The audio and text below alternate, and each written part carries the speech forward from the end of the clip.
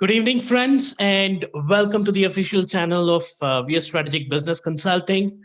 And first of all, a very happy new year to all. And continuing with our session in conversation with a thought leader. Today, our guest is a technocrat with a solid business acumen. He has over 2 decades of experience, and in this course of his professional career, he has supported and helped global organizations set their footprint in India, also was instrumental in turning around ailing businesses into a highly profitable and scalable businesses from not just from an Indian operations perspective but a global perspective. He is a startup enthusiast. He holds a bachelor's in mechanical engineering from Jabalpur and also a master's in business administration from Pune University. Currently, he is supporting a Scottish based technology organization managing its Indian operations as managing director. He's associated with Vidatec. Let's welcome Mr. Sabyasachi Dutta.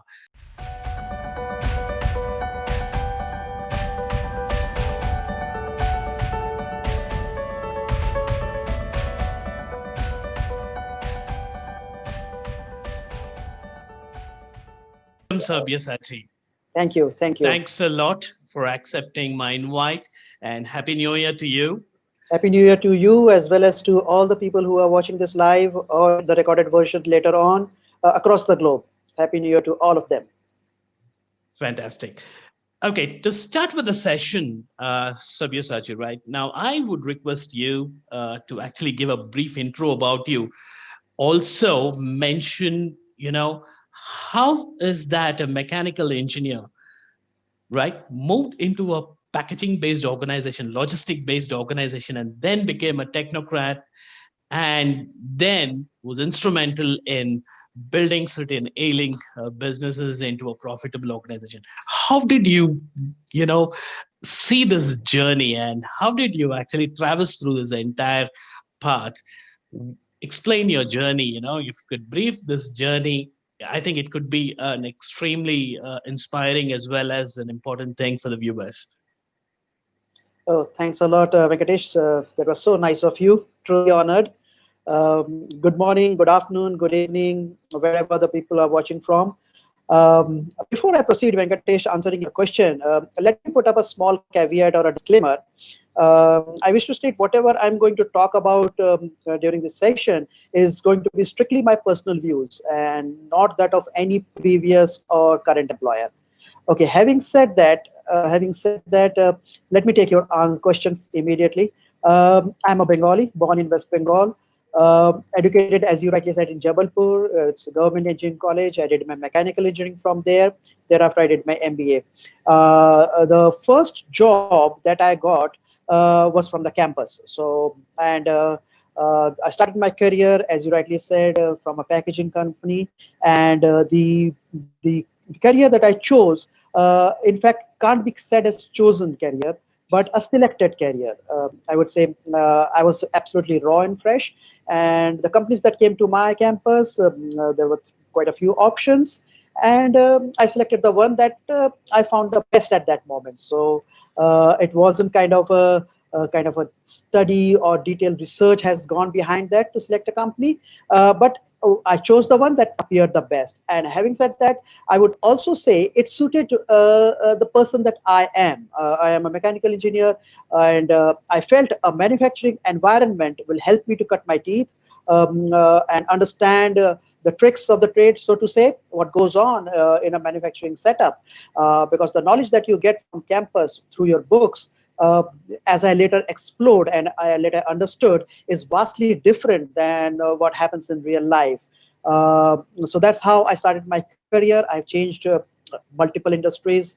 I have traveled across tier one, tier two, tier three cities to say nooks and corners of this country, and about 30, 40 odd countries globally. Started my career from packaging, then moved to consumer durable, then to consultancy and logistics, as you said, then digital and IT now. But I must admit that wherever I have worked or whichever company I have been in, they have all helped me to uh, um, fine tune my personality and give overall a kind of a rounded shape to what I was as a kind of a fresher to what I am today. So it has been quite a journey, and as we progress, we can talk more about that. Beautiful, fantastic. Because there are subtle some questions which I would certainly, circle back to your experience. Okay, going to our next point, we know that every destination, right, be it a goal or a purpose, every destination has a specific path which is chosen, or in your case, selected, right? So there is a chosen path and you have an optional paths too, right? So there are different paths. Now tell me, how did you choose a particular path, and what are those aspects that you considered while choosing a path? Because looking at your experience and after listening to you right now, you have traversed across different domains and sectors and industries, right? Forget about the geographies for a moment. 40 geographies, okay. For a moment, let's leave it. Globally, we are one. So, from the industry perspective, if you have traversed so much, you would have actually acquired a lot of knowledge. You would have learned from the scratch and then utilized your existing knowledge or your exposure, and then came out with your perspectives, how you looked at things, right? Now my question to you is, what was the path that you chose and why did you choose that path? Did you have options? If so, how did you and why did you choose your current path? Okay, so I'll take that question a little back, and I would say from my school days uh, to the first job that I had. So I did my why did I chose science stream and not arts and commerce? Well, it was basically because I had a knack for science first of all. So and my parents thought that the career could be as normal with any Indian parent, that career in science or particularly maybe in if you do engineering, so to say, in those days, I'm taking you back 20 odd years behind, the future could be brighter. So that's how I got into the science stream. So that's one why I left commerce and arts is kind of basically parents' decision, not my personal one. Now come to why I chose mechanical and why not say computer science or why not civil engineering, so to say, is again a kind of a decision that was partly driven by my knack of kind of where I see myself, what I need to do or what I can do in a better way. Plus, I would say how I fared in my academics. So while we chose we guys chose mechanical, so to say, in our engineering stream, and left civil or electronics is primarily because of on due to these two factors: how well you scored in first and second semester. We used to had 8 semesters, out of which first and second semesters used to be for everybody, every semester, every subject. So you have to study everything. So after the second semester, you look at the cumulative score where you stand, and based on that, from third semester onwards, you take the path that you have decided or you have chosen. And over there, the decision came to the student. Plus, the academics used to be the kind of a supporting help for you. And I took mechanical because that's what I liked. And most of the guys those days used to feel that mechanical is the evergreen stream. It's never going to go out of fashion. So today you might be seeing there's not much of interest in civil, and there's a lot of interest in computer science or IT. But those days, or say 20 years behind me, say if I take you to 60s or 70s, civil engineering used to be on top. So that's how the situation have changed. I would say in last 40, 50 years of India's journey. But mechanical is a stream that has always remained evergreen. So that's how I came into mechanical engineering. So now I have crossed two hurdles, so to say, answering your question. Now, how did I go to the company that I started working with? Is simply because I got the job in this company, which appeared to be the best at that moment. And during those days, any job was much better than having no job. So the moment you land up with a job, that used to be considered something something fantastic. So you need to grab it, and you cannot let it go and say, oh, consultancy is my interest. Okay, so maybe it may be consultancy may be your choice, but you are not getting a break in consultancy. So what do you do? So that's how I entered into a manufacturing company. Slowly I explored many other aspects. I added on to my personality. I did lots of additional courses. I attended seminars, workshops, whatnot. And then slowly, as the opportunities came, I kept on shifting and tried to explore so many new avenues, which you look at, if you look at my CV, probably will not get reflected. So that's how things slowly evolved. And I would say, Venkatesh, it's not kind of a decision that I have taken by design, so to say. I would say these happened all by itself, a quirk, fate, I would say, or it just happened. And sometime I found attracted to a position. I applied. If I look at my previous job, I just applied for a job which appeared good to me. I didn't fit the bill, so to say, to perfectly fit into the job as was the description. But I aced it, and that's how I got selected, and that's how I've changed industry. So answering your question, it happened partly by design and partly by my willpower or by my own abilities and qualities. That's how I kind of successfully kind of convince the people that, okay, here is a guy who's going to do the job, so why not? And that's how I have changed industry and hopped companies, so to say, and everywhere. So I just need to add that whichever company I have worked for or the industry I have worked in have always been very encouraging and very helpful, and they have added on to my personality and helped me evolve as a person overall. So those have been the positive attributes that I have gained from different companies I have worked till date. Beautiful, beautiful. Actually, this reminds me of a person whom I consider you as my mentor. He says he is a connoisseur of life. He says there's no point you running behind something, whatever is coming to you, pick that up and then try to become the best within it. Automatically, there's a path which is carved. Probably Yeah. it's an example which is synchronizing with it. But Sabyasachi, let me ask you this one. It's not going to be an easy task, obviously, because when there is a chosen path, probably you're ready or you would have planned. But if it's not a chosen path and you have taken a path which has come your way and then you try to mold yourself and build yourself into where you are, and certainly there would have been a lot of ups and downs, a lot of challenges, a lot of apprehensions and confusions or whatnot. For in a simplistic way, let's consider it to be challenges, right? What were the two biggest challenges that you faced in your journey, and how did you cope up and come out of those challenges and made them into opportunities? Certainly it's Mm, not going to be an easy thing moving from one domain to the other. Even today, when the organization asks about X years of experience without even knowing whether the technology has come so many years back.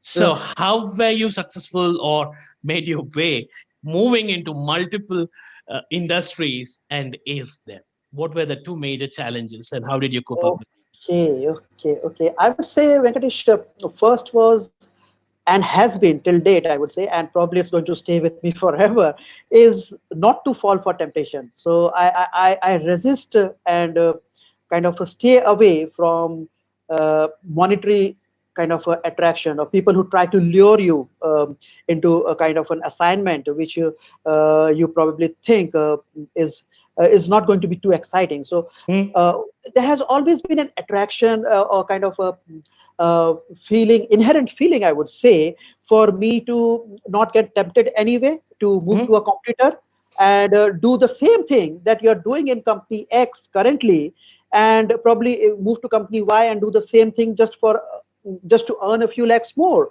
So I'm not that kind of person. If I'm doing, say, into say logistics business, and I am with company X and I moved to company Y, who's going to pay me 5 lakhs more, and ask me to do the same thing and meet the same guys and same handle the same territories, do the same kind of business, then what face do I have to meet the same guys and say, okay, yesterday I was selling company X and now today here I am, here's a new card, and I'm here to promote company Y? No, that's not the kind of person I am.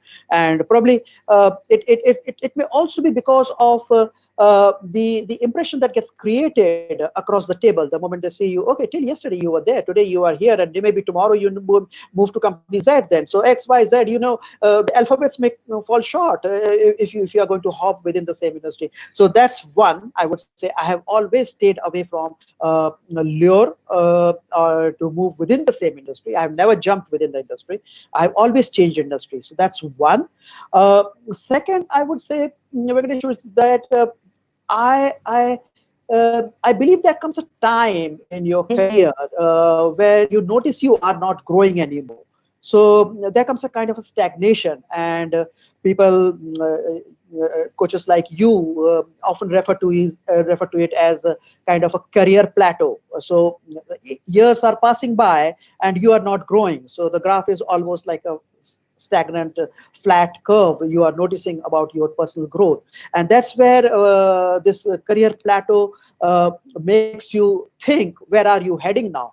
So I also faced this kind of predicament, and at times I felt that am I really growing? What I used to do, say, 2 years ago, and what I'm doing today. And if the answer was no, that I really am not growing, and that's where this kind of thought used to come in me, and still there, it's there, still there, that I need to grow constantly, and that excitement to do something new, something exciting, something better, or explore something which you have not explored before, has been the second factor for me, I would say, in a way, the motivating factor or the guiding factor to change job. I'll give you a small example, Venkatesh, on this excitement factor. I used to work for a company, in which the industry used to work on very kind of a fuzzy credit term. So it was a manufacturing company. So I manufacture products. The companies, the clients buy them, and they never used to pay for it. So getting the payment out of your customer used to be a Herculean task, and it used to be like uh, an unending trap, that you supply a fresh lot, take payment for the previous lot, and that used to be very fuzzy and very undefined, and people used to kind of really get scared to do business in that kind of environment. Now move to a situation where I changed industry and moved to a new company and a new industry altogether. Obviously, again a manufacturing domain company, mind you. So here is a factory that's producing the goods, and here are the set of clients who are going to buy them. But in this company and in this industry, the payment term, the one that I'm harnessing on at this moment, was so different that I could not imagine initially that what kind of a radical shift is this, in that here the client is, along with the purchase order, giving you the payment upfront. So so you take the payment, and here's the purchase order, then the payment gets realized, and then the material will go out of your factory. Now this is a kind of chalk and cheese scenario. Both of them appear same, whitish, but the behavior and the ingredients are so different, and so that was kind of a shock for me too, and I enjoyed it. I really enjoyed, and then I understood that, wow, there exists a different world which I never knew before. So both the companies and both the parameters look same, and the environment looks same. The manufacturing company selling to consumers who are going to consume them, but the behavior, massive. So that's these are the things that helped me kind of understand, as I change job, and I understood, oh, there's a world that exists beyond what I have been living through all till date. So these are kind of, I would say, a couple of factors that always help me to understand and learn so many new things as I change jobs. This is a pretty interesting one, what you've just explained, because the moment you see an operational paradigm shift in a manner, right? When you have seen both the extremes, probably in the third industry, you could probably try and use both and see which would maneuver or which would work appropriately for that given scenario. True, true. Beautiful, beautiful. In fact, that's something, it really it's extremely important, because I remember in one of my previous interviews, while I was interviewing a guest. He's a pretty senior leadership coach. He's in fact the CEO of Grid International. I'll take his name. His name is Hari Menon. What he used to tell is, organization, if they want to do something different, and if the result expected is something different, and they do the same thing continuously, then they're not going to do anything different. They're going to get the same result. Absolutely. So he used to give a beautiful analogy to it, running on a treadmill, and you keep running, you sweat, and you're damn tired, but you're still there. But if you Same way. really need to run, you have to run, and you have to do something really different. Fantastic, beautiful. Now, let me take a slight shift into the questioning mode now. Now, this particular specific point, it's not something new, which everyone have been experiencing in the last close to an year. Mhm. But I'll slightly change the question. Probably, we have spoken and we have heard a lot about the pandemic. So I want to ask this question. Certainly, 30, 40 years back, we've never thought, or we've never dreamt, none of us would have dreamt that the world or across walks of life is going to come to a standstill, irrespective of what you are and what you do, right? But this pandemic did that. So every industry did have certain setbacks, and everyone had some kind of a setback or some kind of I would say disappointing moment or not so expected experience. Having said that, I think it also had a positive, state to it. Now, there were many things which across the industries or across any walk of life, they would have never thought about it to try, or never had the guts, lack of a better word, I would use the word guts, to try a new thing, right? And move out of the current, so-called current normal at that point in time. But this pandemic helped us to think beyond that, not just on the business models, not just because of the changes in the technology or changes in the generation, but across generation, across technologies, everything.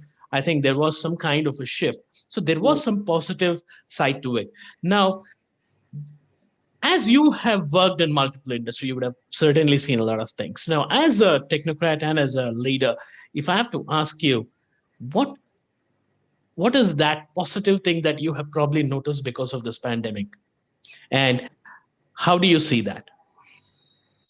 It's absolutely true what you said, that nobody ever imagined that 2020 we are going to how we started 2020. Let's think of that. It started just like a normal year for of us, and then Jan Feb went normal, and I would say March onward it kind of we started getting to hear about it, and April, May, June onwards, God knows what happened. And then we found ourselves that we are in December, and there's a ray of hope that we have got the vaccine in place, and hopefully 2021 will be much better. So nobody imagined. You're absolutely right on that.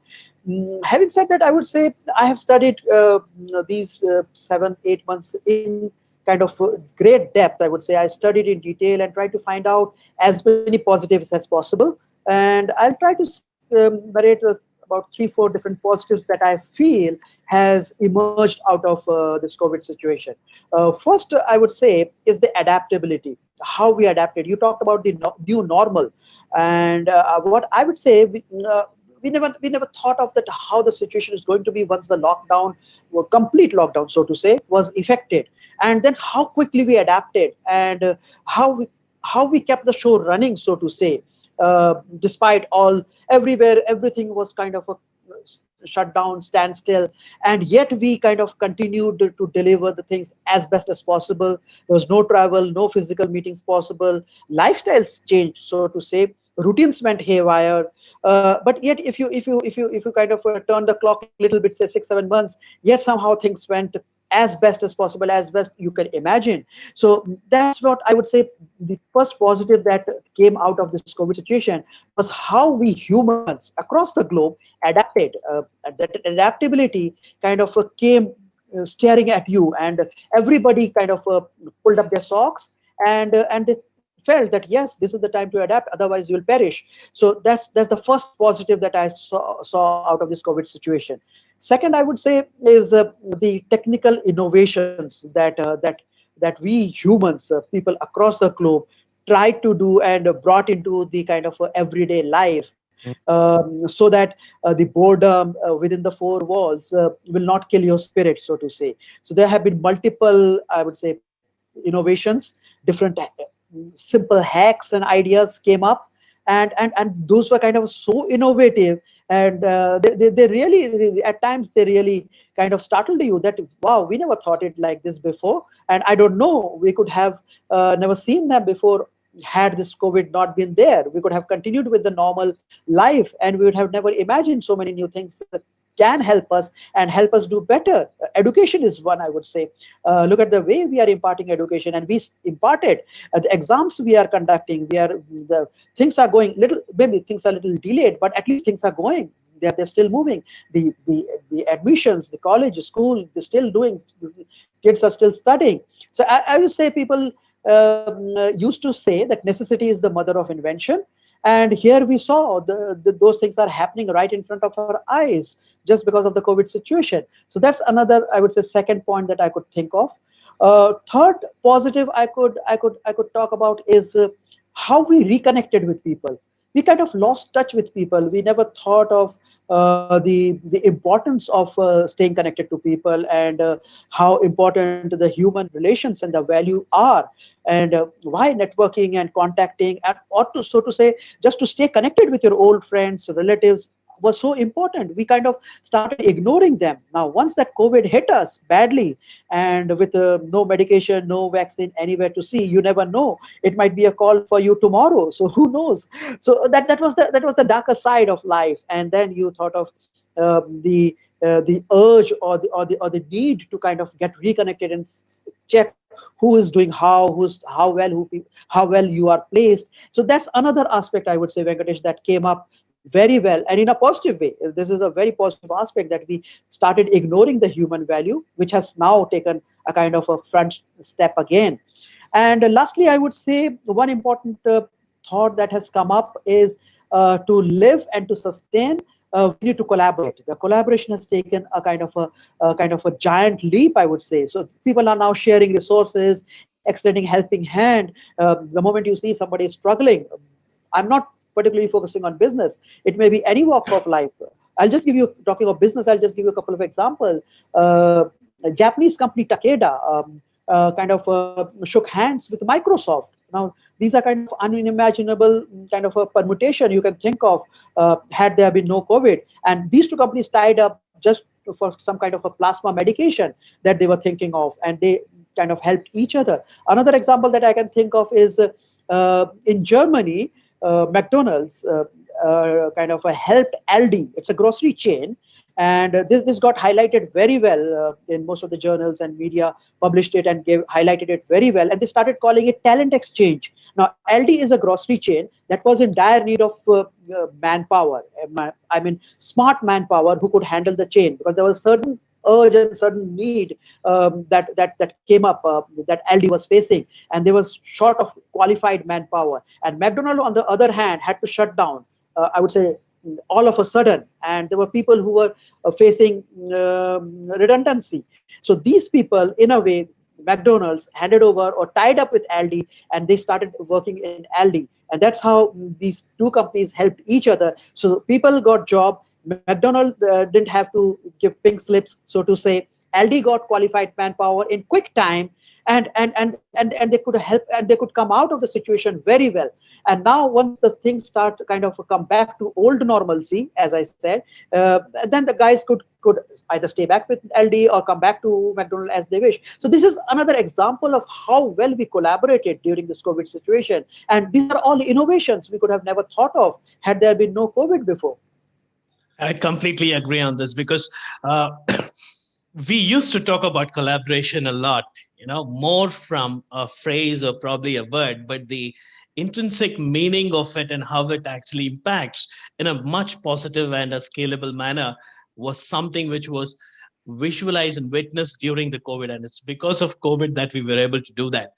In fact, I personally, what I feel is anyone or any company, if they're talking about being ahead of the competition, right, with the competitive spirit, I don't think they're going to have any kind of future in the coming future. Because the moment we talk about having that competitive spirit, without our knowledge, I think that is some kind of a value which we're going to, I would probably say, percolate down our organization, and that's going to become a culture. The moment we get into that competition, I think we are going to lose the actual big cake, right? It is collaboration, and it is going to be collaboration which is going to really work. You call it a strategic tie-up or partnerships or whatever you want to call it, but it is collaboration which is going to be what beautiful. Now, coming back to this, now moving ahead of with this question, slightly taking this question ahead, with the current advent of technological changes, and we talk about artificial intelligence, we talk about VRs and robotics, and a lot of advancements from the technology front, and also we see a lot of changes in the political front, as well as probably in the regulatory aspects and the requirements, as well as from the changes in the business models itself because of this, and probably a kind of a pandemic that we recently faced. So every business and every business leader, they are facing and they will be facing a frequent unforeseen changes or dynamics from now, right? Not that they never faced it in the past, but more so it was not that frequent, but now it's going to be very frequent. Now, considering this as a leader, what are those things that you would do or plan to meet and maneuver through such kind of frequent changes? And how do you plan and do it? What gets into your mind? How do you do that? Hmm. I would say the changes that you are talking about could be expected or could be more unforeseen. So if the changes are what you have planned or what is there, what was there in your business plan, or what you thought of is going to be you want to do scheduled in your program, then that's fine. That's how you follow the path that you have decided. Normally, most of the organizations have kind of 3 year, 5 year business plans ready. So you know what changes you are going to you're planning to do, and at times there are some changes that can be sudden and drastic, like what we saw due to COVID, and these could be very humbling. This could be, I would say, a territory which makes you look inward more, I would say, and and evolve not only the team but along with the team yourself. And over here, I would say, what I see that the traditional leaders, as probably that has been in theory or in bookish way of looking at leaders. We used to have three kinds of leaders: authoritarian, delegative, and participative. Those are morphing. Those leaders are morphing more into kind of a servant leader, I would say today you as a leader, you need to be beyond what leader with a stick used to do, say 30, 40 years ago, and absolutely not today possible. Those kinds of things are beyond one's imagination. So what I believe, like, as a leader, it's just not a rank. You have to see your leadership as an opportunity to serve, not just the organization that you're leading, but the people around you. Organization is made up of people, so you have to take care of them. You have to share power, I would say, and drive engagement, bring them on board, and kind of take collective decisions, and rather than imposing your decision, take them on board and move together. Another thing I would say is that you cannot kind of find the answer in numbers anymore, because if you look at numbers, Q3, Q4, probably most of the companies are in red today. So whereas in a traditional way of looking things, that could be kind of a warning bell for you. But if you are going to look at due to the COVID situation, the situation that's going to emerge is going to be much different, much better, and you have to look at the overall reasons behind it and see how you can grow and look at the development aspect. You have to more or less understand and see how team could add and give inputs to your decision making as well. So there are a lot of aspects, Venkat, I would think that needs to be kind of brought into play today, before you could just because of your position or your rank could impose on the organization or on the team. It has to be more collaborative, more hands together, all the inputs as best as possible, give the ideas, give the suggestions, and let's sail together. That kind of a thought has to emerge today. Okay, now you actually don't take me wrong, but you're forcing me to ask you a question. Okay, a leading question on this. You are a managing director now. Okay. Now let's consider whether you are a investor or an owner or a CEO or whatever it is, right? What is that one prominent thing? Is it the revenue, profits, market capitalization, shareholder valuation, and shareholder profits? Because there are people who are going to trust you and invest in your idea, right? Or in your organization. Now, what is that one thing which is of utmost importance? Well, I think you missed employees, Venkat. I didn't hear the word employees in the I did, question. I didn't ask that. Okay. Okay. No, jokes aside, I would say rather, I would say, Venkat, employees come uh, top for me. They are very important for me. So if I get a sharply focused, motivated team that's willing to go beyond the call of the duty, the performance of not just theirs but the company as a whole will definitely be good. There's no doubt about that. That's what I believe in.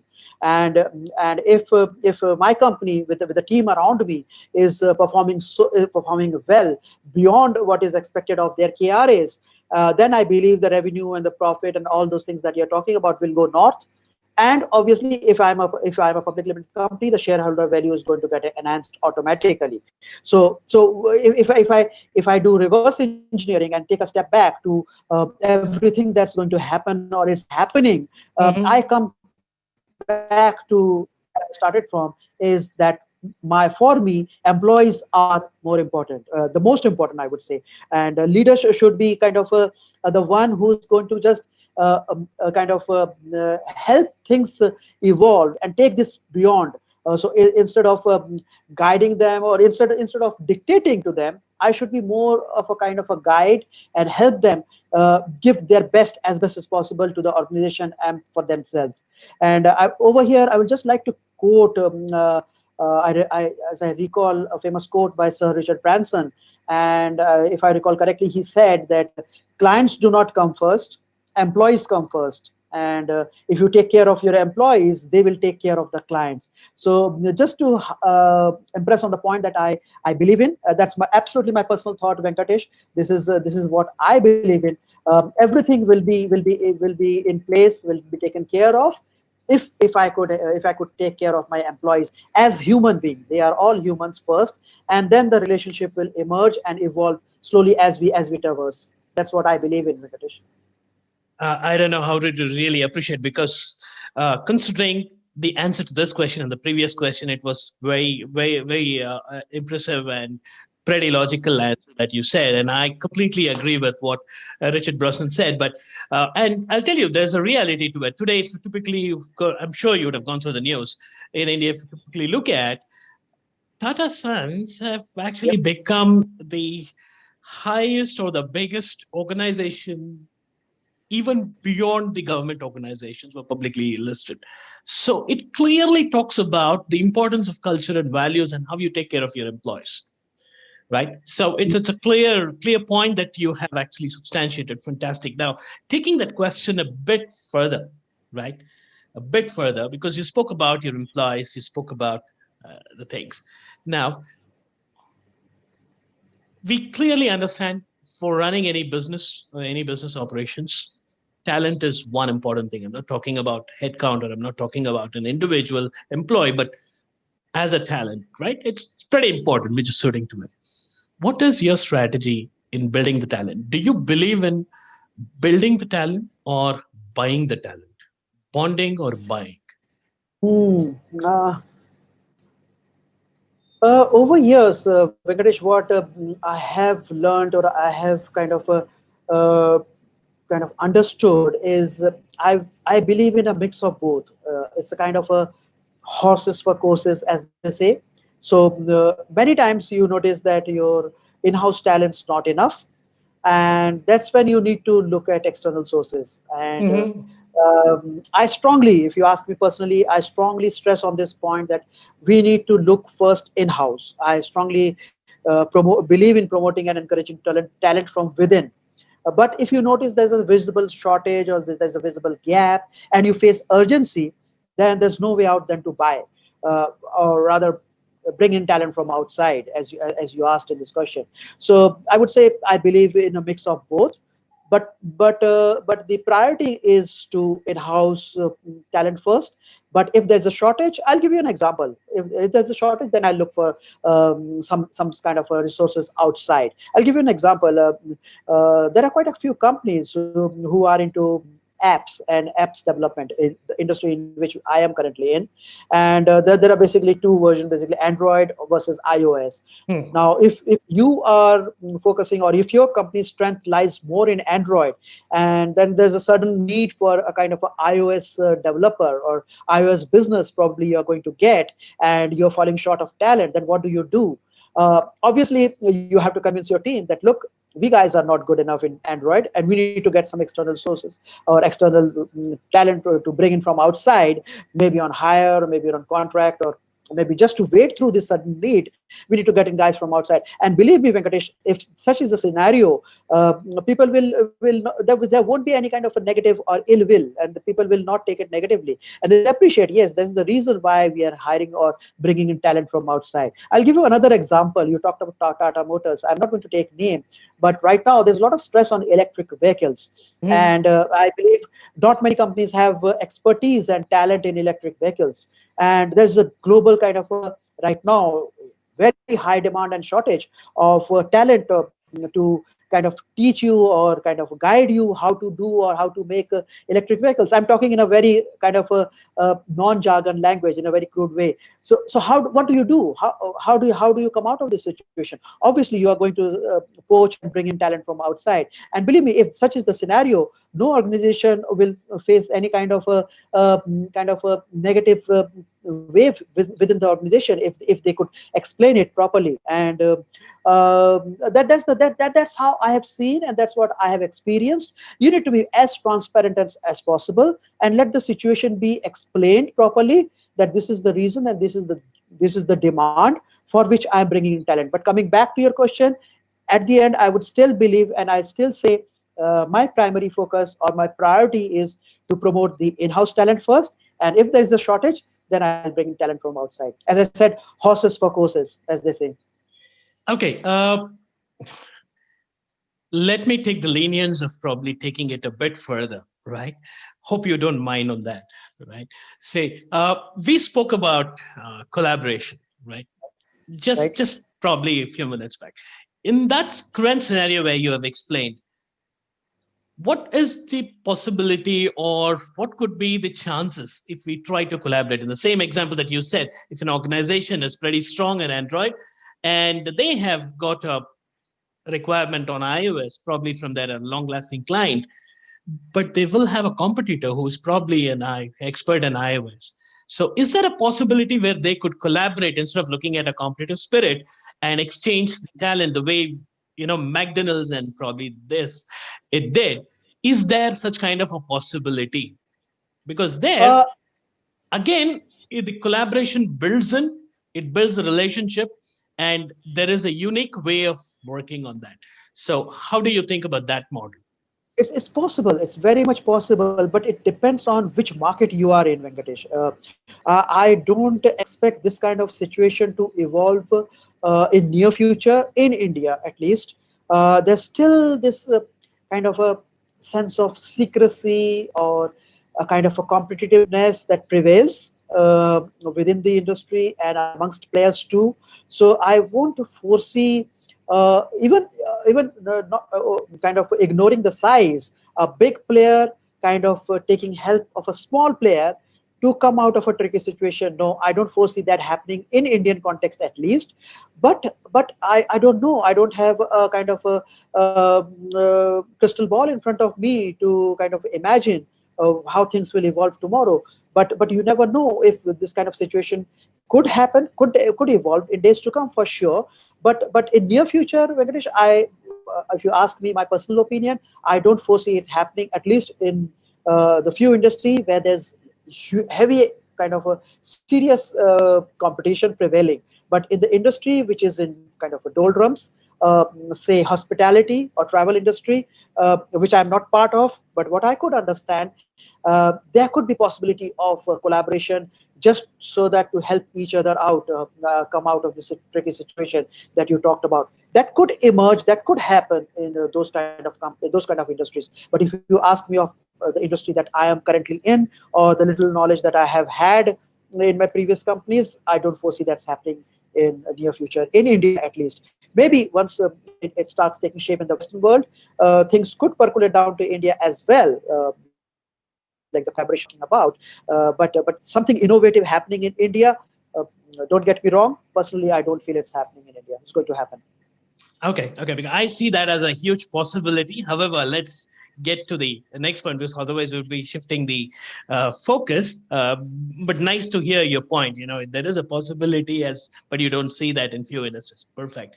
Now, taking this talent a bit further, right? Considering the current Yeah. demographic dividend, I know offline we have spoken about demographic dividend a lot, so I'm just probably taking that point. Considering the demographic dividend of India, the grand thing, personally, I think it's a golden period, right? It's probably, I don't Hmm. consider the Gupta's period to be golden. I consider the next 10 years to be the golden, 10, 15 years to be the golden.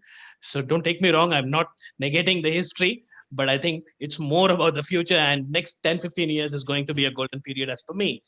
So, as a business leader who have spread your, I would say, influences or your business operations across the global diaspora, right?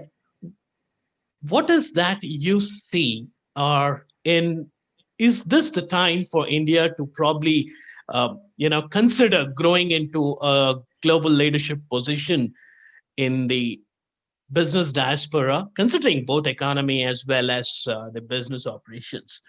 Is this the time that India needs to concentrate to? I'll not use the word capture, but probably enter the global leadership uh, position overall.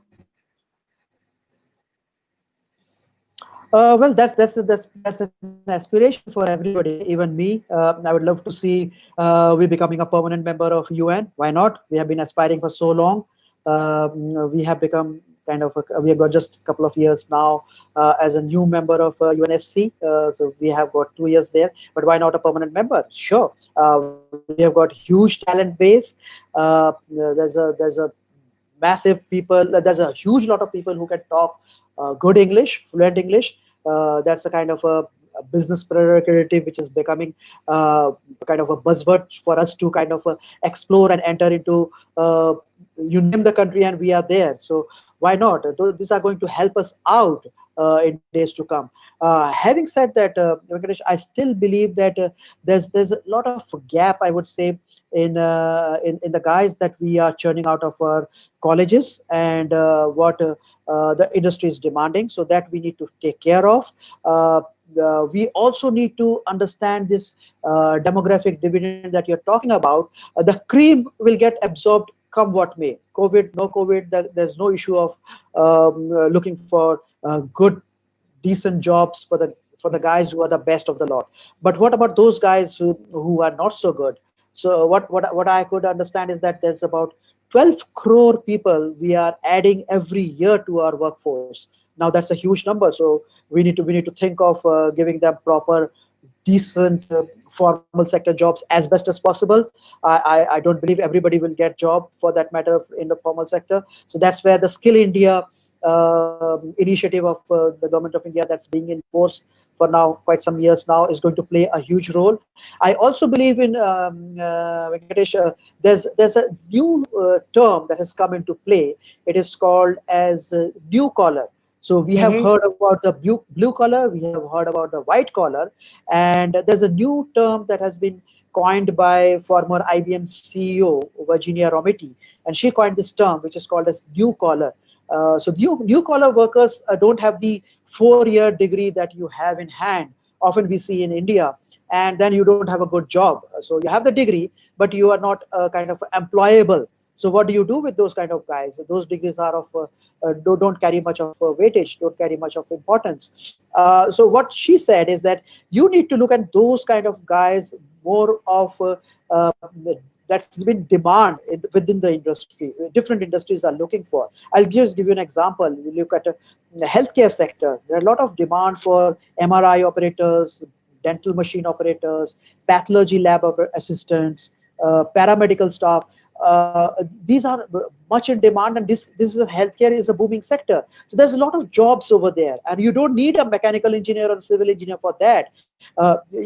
ITI vocational training could impart that kind of knowledge for you.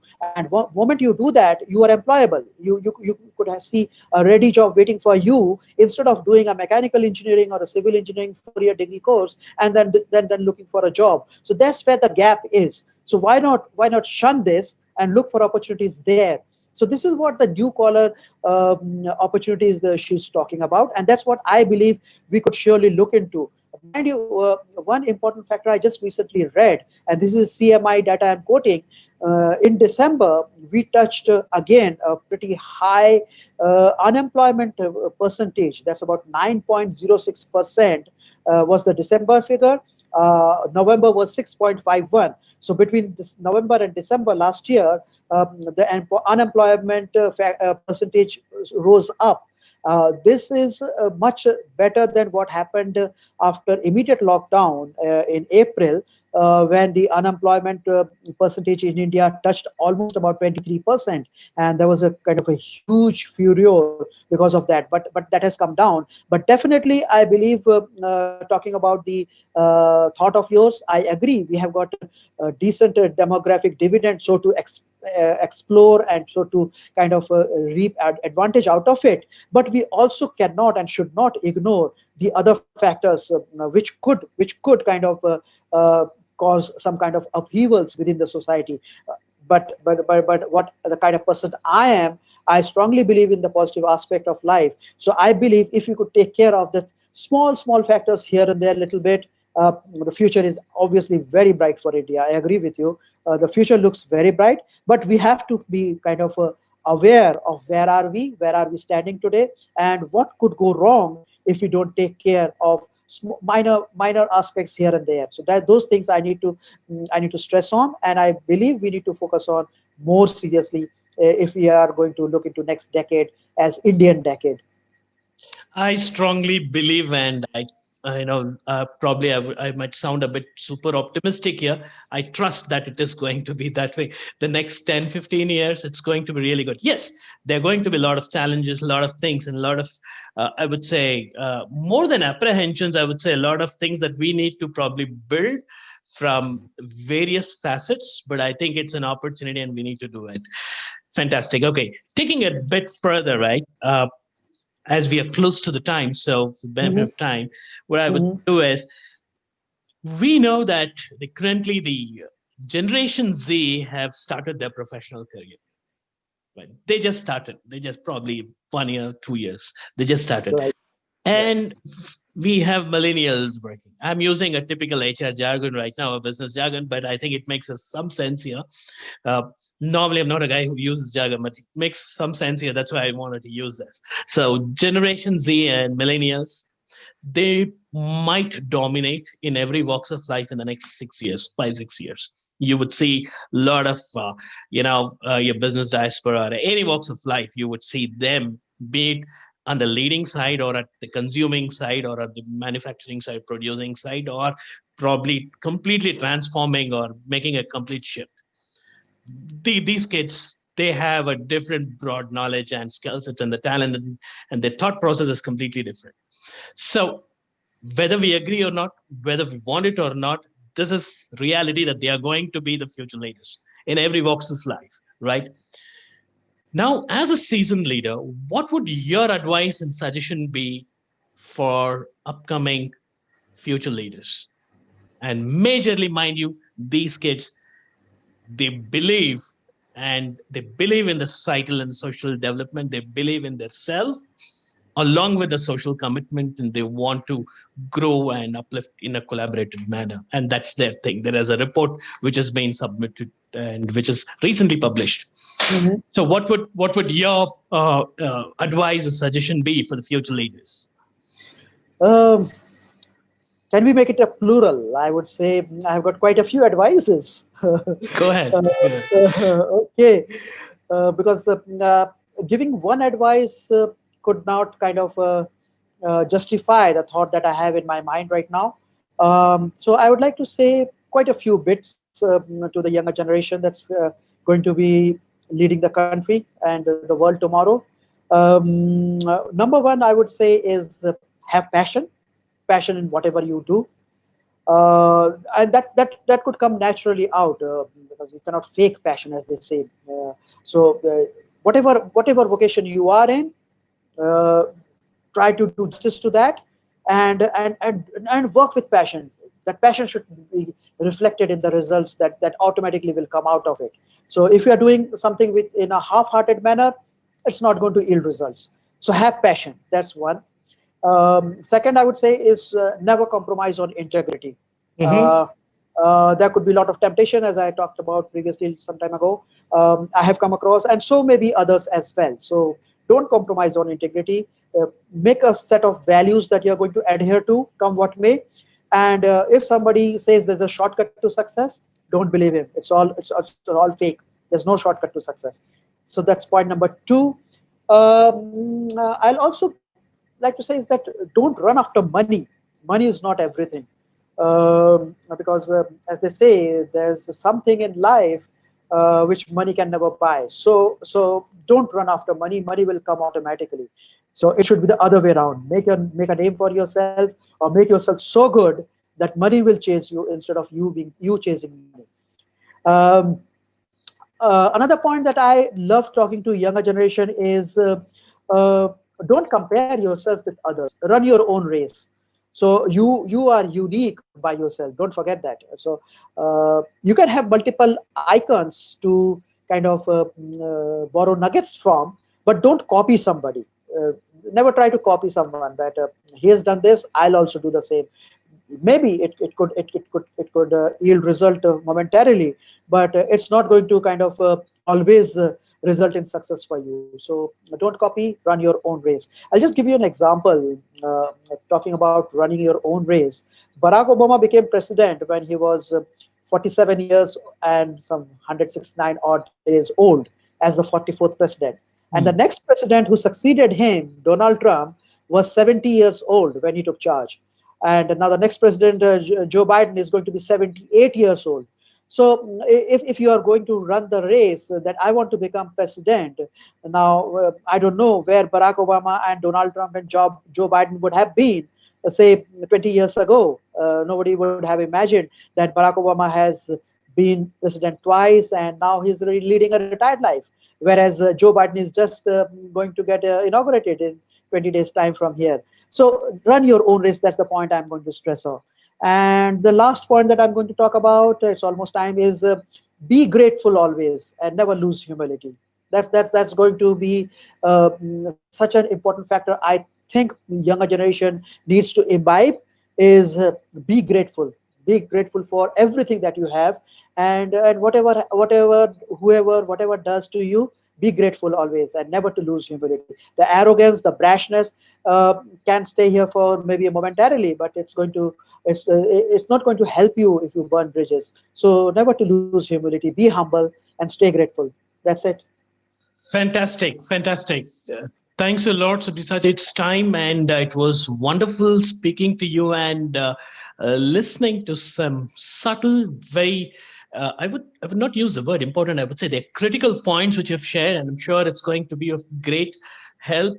Not just for the future generation, but even for the current generation, because I'm sure a lot of people who might probably miss the subtle points which you have explained it so well. Thank you for that. And for all the viewers, I would like to thank each and every one of you for being a part of this session. And I'm sure you would have, found it very, I would say, interesting, and you would have had your own takeaways, which is pretty important. The next session, we would certainly, catch up with one another leader and also hear from his perspective. And you can expect specific video on demographic dividend coming shortly from our end. Thank you, friends, and have a great evening. Thank you, Sabyasachi. Thanks a lot. Thanks, Venkatesh. It was an honor, and I was so happy sharing thoughts with you. You have been too good. You have knowledge. You are a real a learned man, a man of integrity, man of value. It's been a honor sharing my thoughts with you. And thanks to all listeners once again. Thank you. Thank you. Thanks a lot, friends. Thanks a lot.